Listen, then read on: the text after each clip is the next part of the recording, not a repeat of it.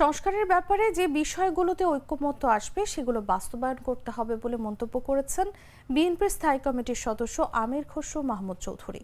বলেন, যেটাই ঐকমত্য হবে না সেটাতে ভোটের মাধ্যমে যে সংসদ হবে সেই সংসদ জনগণের ম্যান্ডেট নিয়ে তা বাস্তবায়ন করবে। বৃহস্পতিবার গুলশানে বিএনপি চেয়ারপারসনের রাজনৈতিক কার্যালয়ে ইউরোপিয়ান ইউনিয়নের রাষ্ট্রদূতের সঙ্গে বিএনপি নেতাদের বৈঠক শেষে সাংবাদিকদের তিনি এসব কথা বলেন।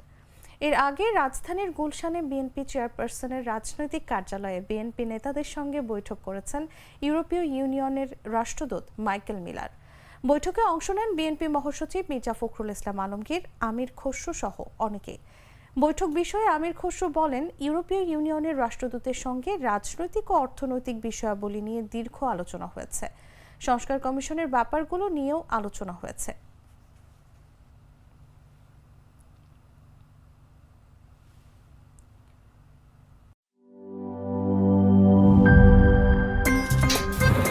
আমার একটা স্মার্ট সিদ্ধান্তে 25% গ্যাসের খরচ কমেছে। ভাবছেন কিভাবে?